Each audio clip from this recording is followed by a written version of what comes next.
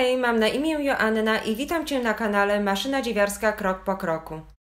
Dzisiaj chciałabym pokazać prosty sposób na niezwijający się brzeg dzianiny do zrobienia na maszynie dziewiarskiej.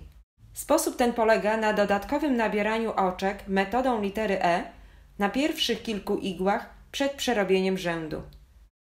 Robótkę zaczynam od nabrania oczek metodą litery E. Po przerobieniu paru rzędów wózek zostawiam po prawej stronie i zmieniam ustawienia maszyny na dzianie częściowe, ale tylko dla rzędów, które przerabiam z prawej na lewą stronę.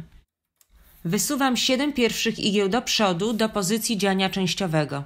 Następnie, zaczynając od pierwszej igły, nabieram na nie oczka metodą litery E. Włóczkę nawijam w kierunku ruchu wskazówek zegara.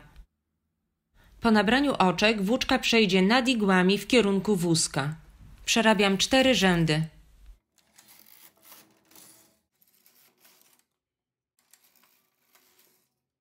Ponownie wysuwam te same igły do przodu, nabieram na nie oczka i przerabiam 4 rzędy.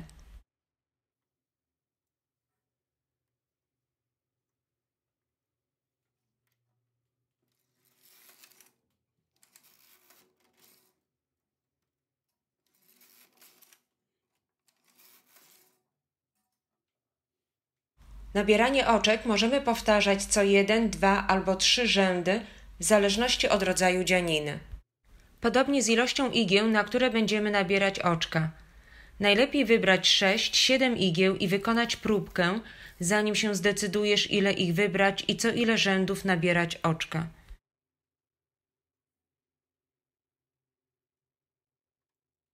Kontynuuję te czynności do uzyskania wymaganej długości dzianiny.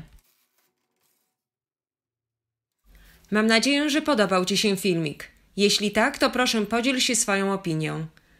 Zostawiajcie również pod filmikiem pytania dotyczące przedstawionej metody, a ja bardzo chętnie na wszystkie odpowiem.